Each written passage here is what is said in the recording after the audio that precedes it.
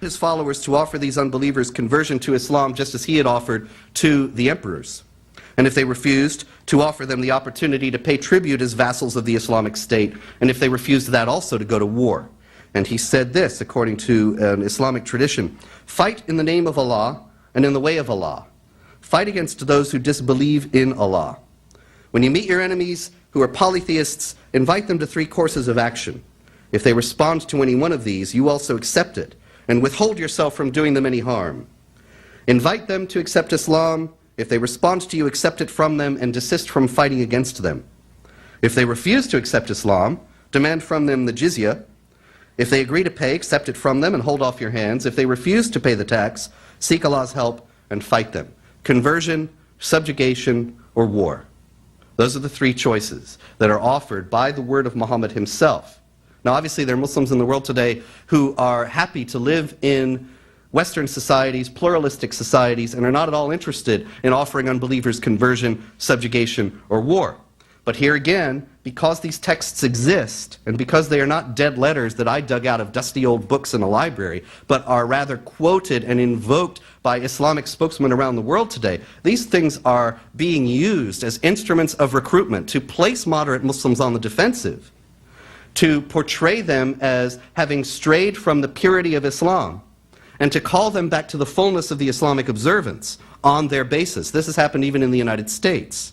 In Lackawanna, New York, there was a celebrated case a few years ago where some young men who were 3rd or 4th generation Yemeni Muslims, very, very secularized, very Americanized, they were approached by a gentleman who was in fact a Saudi Wahhabi recruiter. He'd been born in the United States but had lived in Saudi Arabia from the age of 3 and then returned. And he came to these men and he said, he got them, he won them over, he got them to join a Quranic study group, and he presented it to them. Look, you're on the way to hell. You're living with your girlfriend, you're drinking alcohol, whatever. How are you going to expiate that? Well, the Prophet Mohammed was approached and asked, is there any deed, tell me the name of some deed that is greater than jihad. And he said, I do not know of such a deed.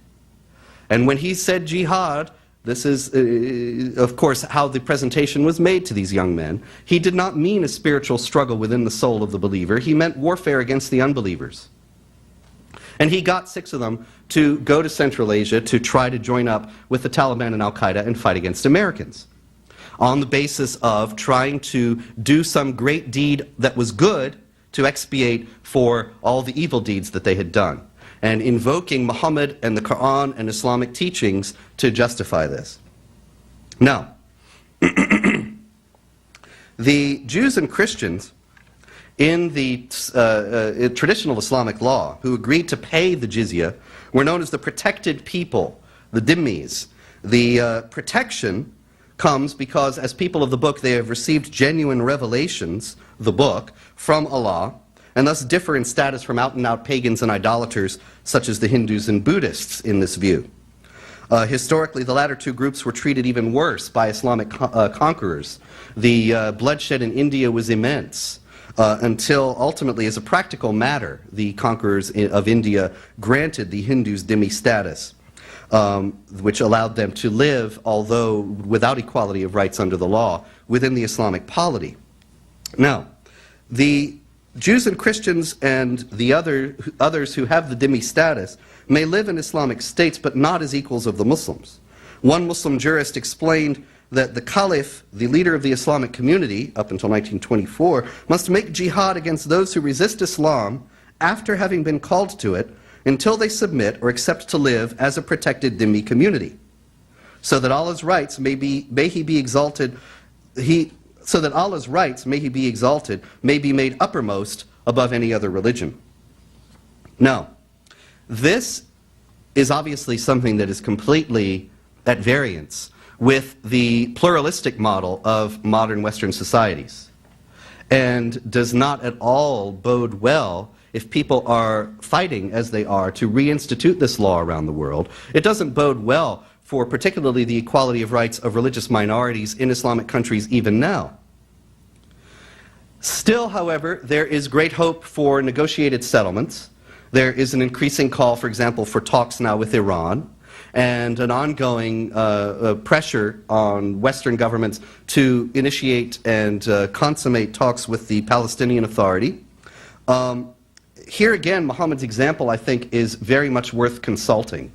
And this is encapsulated by the key Islamic principles that were formulated by the Treaty of Hudaybiyah. In 628, toward the end of his career, Muhammad had a vision that he wanted to perform the pilgrimage in Mecca, but Mecca was still under the control of the pagan Quraysh tribe, Muhammad's own tribe, which had rejected his status as a prophet. And so he decided to enter into negotiations with the Quraysh to arrange for the Muslims to be able, and particularly for Muhammad himself, to be able to make the pilgrimage. Now, when he met with the Quraysh, he agreed to Quraysh demands that Allah not be invoked in the treaty, and that Muhammad not be identified as Allah's prophet. He said, write this down to the scribe, and he said, Muhammad, the apostle of Allah, agrees to this, and the Quraysh negotiator stopped him and said, wait a minute, if I thought you were the apostle of Allah, I wouldn't have gone to war with you. And he said, okay, strike it out, say Muhammad the son of Abdullah agrees to this.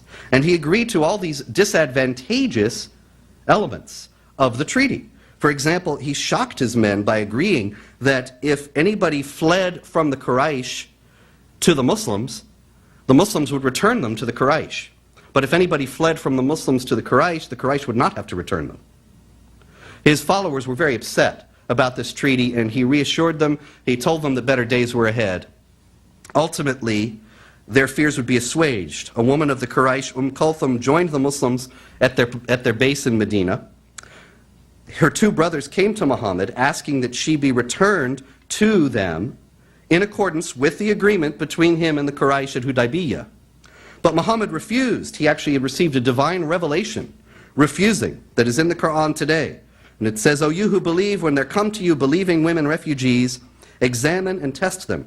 Allah knows best as to their faith. If you ascertain that they are believers, then do not send them back to the unbelievers, which effectively broke the treaty.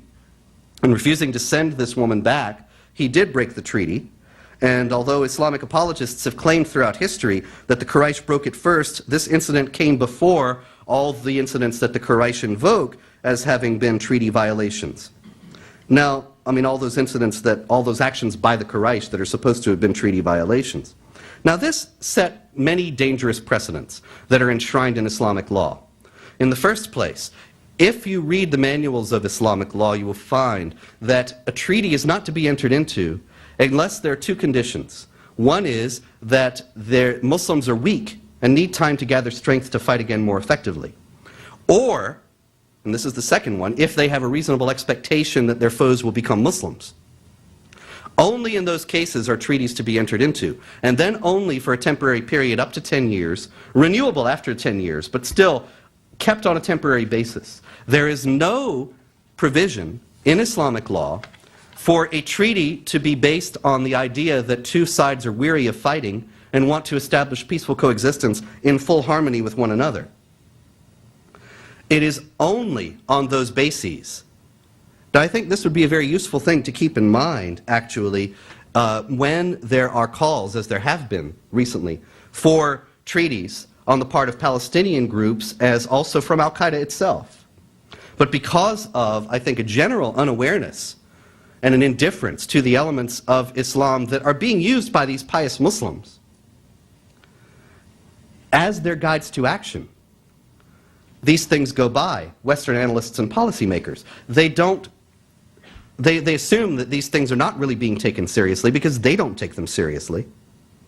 And so they miss a chance to understand a great deal of the motives and the goals and the strategies of the jihad terrorists who are working according to these principles. And this is true in the response to Ahmadinejad's letter to the president, which imitated very closely Muhammad's letters to the emperors. And this is true in the case of the treaties. And it is true in numerous other ways. Unfortunately,